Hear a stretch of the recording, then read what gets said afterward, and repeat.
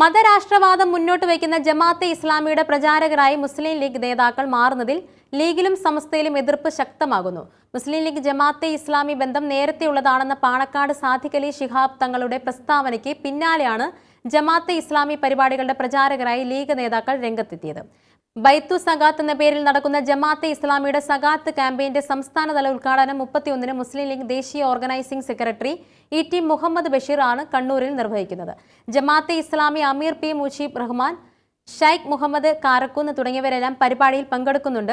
ഇതിനു മുന്നോടിയായി ക്യാമ്പയിന്റെ ലോഗോ പ്രകാശനം മുസ്ലിം യൂത്ത് ലീഗ് സംസ്ഥാന പ്രസിഡന്റ് സയ്യിദ് മുനവ്വർ അലി ശിഹാബ് തങ്ങൾ നിർവഹിച്ചിരുന്നു. പദ്ധതിയെ എല്ലാവരും സഹായിക്കണമെന്ന് അഭ്യർത്ഥിച്ച് ഇദ്ദേഹം വീഡിയോയും പുറത്തിറക്കി.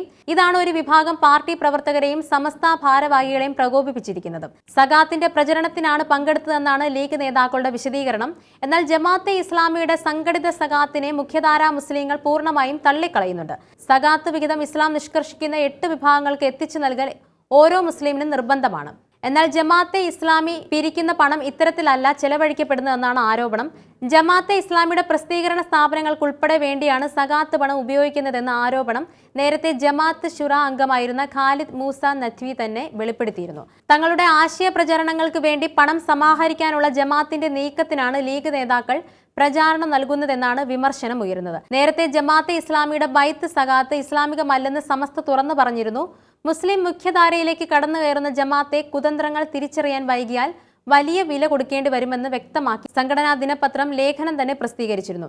ഇതെല്ലാം നിലനിൽക്കുന്ന സാഹചര്യത്തിലാണ് ജമാഅത്തെ ഇസ്ലാമിയെ ചേർത്ത് പിടിച്ചുകൊണ്ട് ലീഗ് നേതാക്കൾ മുന്നോട്ട് പോകുന്നത്. ഇതേസമയം ബൈത്തു സഗാത്തിൽ നിന്ന് ഒരു പൈസ പോലും ജമാഅത്തെ ഇസ്ലാമി അതിന്റെ സംഘടനാപരമായ ആവശ്യങ്ങൾക്ക് എടുക്കാറില്ലെന്നാണ് നേതാക്കളുടെ വിശദീകരണം.